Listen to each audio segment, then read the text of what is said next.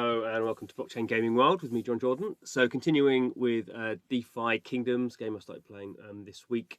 Before we get into the game, actually, I will just point out there's a kind of good comment on one of the videos talking about the decline of the token price, the dual price. So have a quick look at that. So you know, I'm not playing this game to make money. I'll be totally honest. I'm playing this game because I think it's interesting to play blockchain games. Obviously, if you time some things right, you can make money, but that's not the reason I'm doing it. But as they point out, the dual token is basically the underlying token running in DeFi Kingdoms. Like a lot, or I'd say like pretty much every blockchain game token has been in decline. So this is the total sort of timeline of it. So at one point, as most tokens did at the sort of start of this year, end of last year, it reached an all-time peak of over $20. It's now about just under $3. So almost 90% down from its all-time high.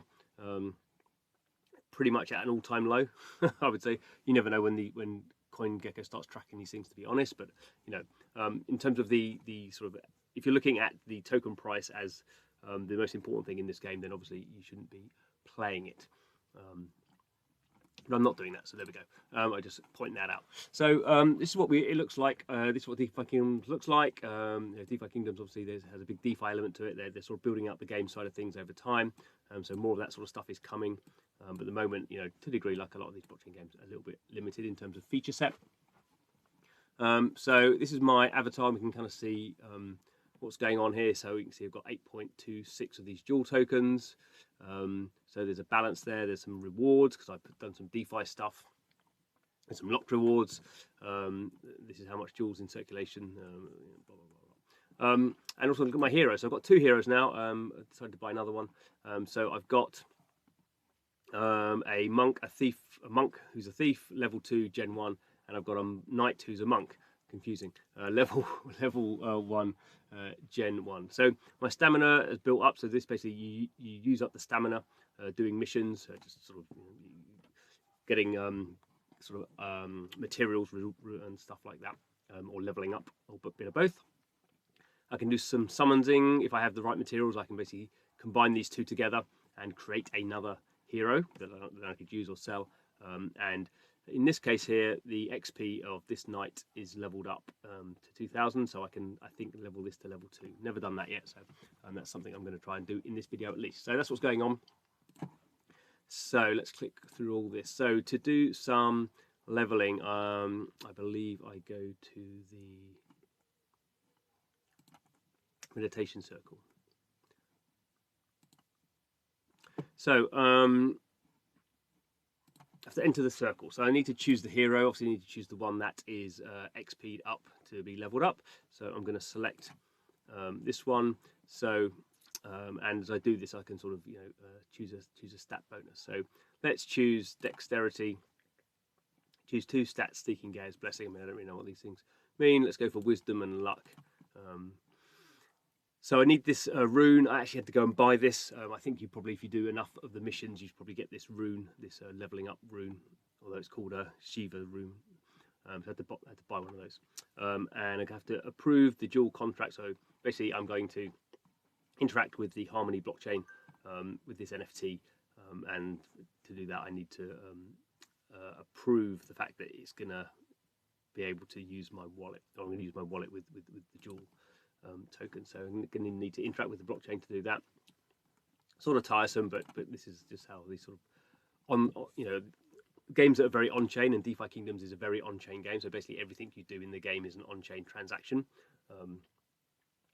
So you just have to. That's just sort of the way it is. Most or a lot of blockchain game developers take this stuff offline. So generally, what happens is over time, I think people take as much offline as possible, because even no matter what blockchain you're on, gas fees always add up. Now I'd have to approve this. Okay, so I have to.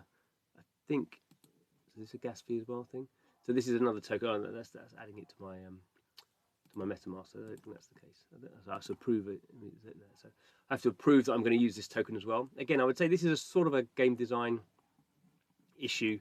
That does this really need to be a this is basically a Harmony equivalent of an ERC 720 ERC 20 token. does this actually have to be a blockchain token?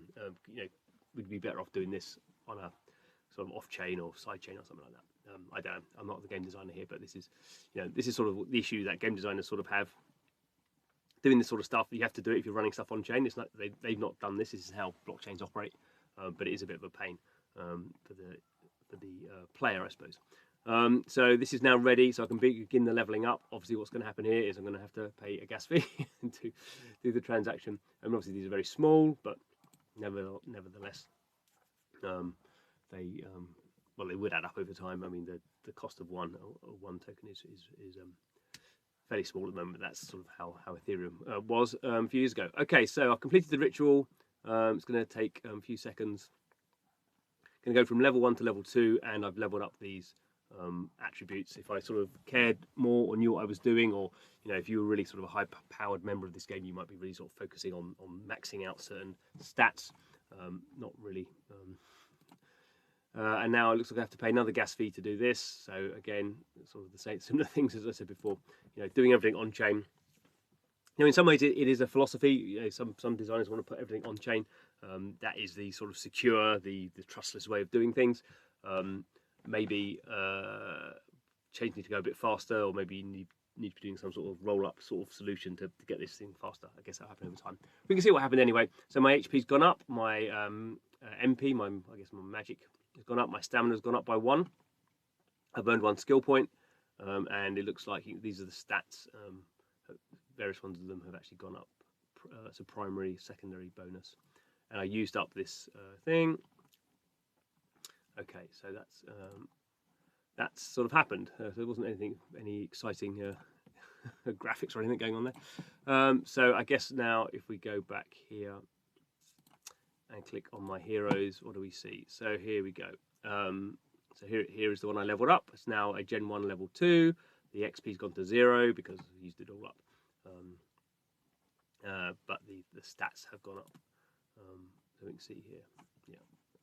Let's look at this as well. So both of them, their profession is foraging, and they obviously have different stats that I can level up. So let's go and could go and do a mission, I suppose. So again, these are sort of not the most exciting, I suppose, graphically, but we could go and play darts with Layla. So what's going to happen is, so if I play darts, going to use up my stamina, and it's going to increase my dexterity. Or I could play this one, and it could increase my strength. Gambler is luck, I think. That'll increase my luck. So these are, you know, in a sense, very sort of basic missions that you're sort of leveling these things up. What else is there? So I can go to professions, and so I could do some foraging. And actually, my ones are really good at doing foraging. So normally this would take up 7 stamina points per mission, but because I've got foraging, it's only going to take up 5 of them. So I could find some valuable plants. I've actually done that one. So maybe if I did mining, can't do it, coming soon. Foraging, that's one just done. Gardening, coming soon. Fishing, I could go and do some fishing. So if I did some fishing, what would I get? Yeah, probably some fish. Let's go and do some fishing then. Okay, so let's select I'm going to select both of them. So it's going to use up 7 stamina, so I'm only going to have 3 goes at that. Should I do that? Yeah, let's do it. Why not? Don't know why I'm making a big deal about it. So there's my 2 heroes selected. It's going to take 3 minutes 10 seconds. As we've seen before, we're going to go through the whole transaction stuff. So this transaction is slightly higher in terms of doing that, and actually it's even higher when because basically when I come back from the mission, I'll be sort of kind of minting out, maybe not minting out's the right word, but I'll be sort of creating these resources. So if I actually go here, I can look at, I've got some gold, not very much, but my inventory here, this is from the foraging missions I've previously done. I've got some of these things, and these are all blockchain tokens. These are all effectively crypto. I guess they're sort of NFT, NFTs or ERC20s. I think maybe ERC20. So these are things that then I can then use.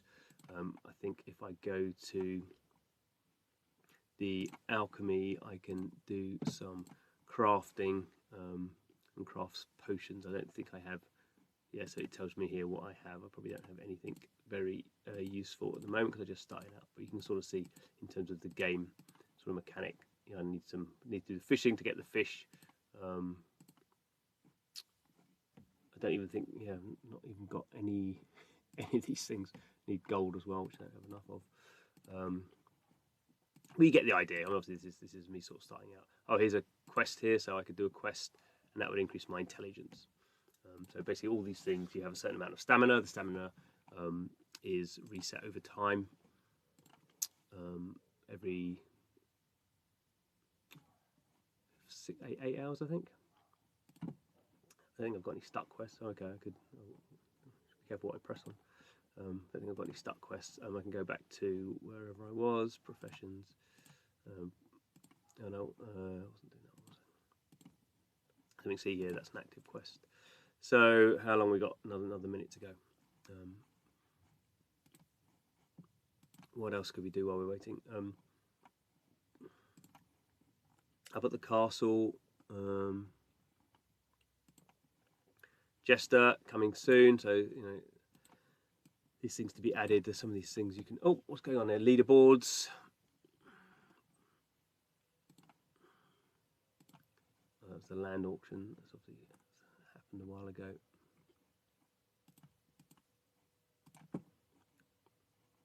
And if you don't want to click around, you can just sort of go around here and sort of click on these things. So the portal is the place where we would be combining two heroes to create a new one. But you have to have these tiers and various other bits and bobs. So I haven't got that by yet. Actually, the other thing to look at while we are waiting is to go into the tavern and see if we're buying heroes what the price is at the moment. So I've bought them at about 30, I think 38 and 40 prices down to 30, sort of 7-ish. So obviously, if you have a lot of these and you have all the right resources, you can start sort of, it's effectively a breeding process. You can start sort of creating more of these. And obviously, this is most of these are level 1 because these are the cheapest ones. So they're just just being created and people just sort of selling them off. Right, let's go back to.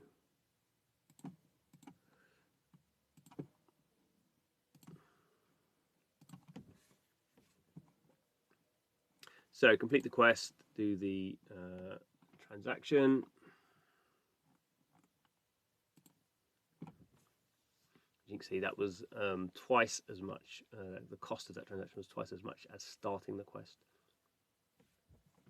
And having this sort of stamina model, I suppose, is a vague encouragement for people to have sort of more different heroes because you can obviously sort of farm resources in a more efficient way. Right, so what do we got? So I've got an iron scale, Knight of the Lake. Okay, that might be useful for crafting, and I've got a bloater. This plump fish sells for its weight in gold, but it's mostly hot there. Okay, so that now presumably will show in my inventory that I've got those. I've got 2 of those ones. I don't think there is. I'll go to the marketplace. So if I wanted to sell things, I guess I could. What did they say? That one was worth its weight in gold, so I can set a price there. I have to prove the contract or yeah, everything. But I can sell things and obviously buy things. So buying things, this is obviously not. This is like an automated thing from the developer, I suppose, because I'm buying potions rather than I'm not going and buying things that then I can craft with. So they're sort of you can't sort of just. It's not an open marketplace for anyone in the game to do stuff. And you can see here I've got 50 gold, and this is going to cost me 3,000 gold. So that's I don't know what even a golden pet egg is. So there we go. And the other thing is now, if I let's come at that time. If I go to my heroes now, you can see my heroes only have a little bit of stamina left. That's going to be full in 6 hours. I could go and do something that took 5 stamina points, I suppose, if I wanted to. but I'll be paying the gas fee and not getting the sort of the full benefit, I suppose. But there we go. So that's what's going on with DeFi Kingdoms. So the other thing I should point out is this is the original version running on Harmony. I'm going to attempt at some point to play. There is a new version running on the Avalanche blockchain, which I imagine will probably be about the same, but obviously running on different blockchains. So yeah, we'll have a go at that one as well. That's like an ice themed world. So as I say, yeah, not playing this to make money. In fact, given that it costs about $100 to buy a character, I'm actually spending money. Yeah, but playing this game to sort of work out, how it's working, and obviously new things are coming down the line that may be more exciting. What was that balloon doing? It's just taking me to the. Anyway, enough of that. Thanks for watching Blockchain Gaming World. Please subscribe to the channel.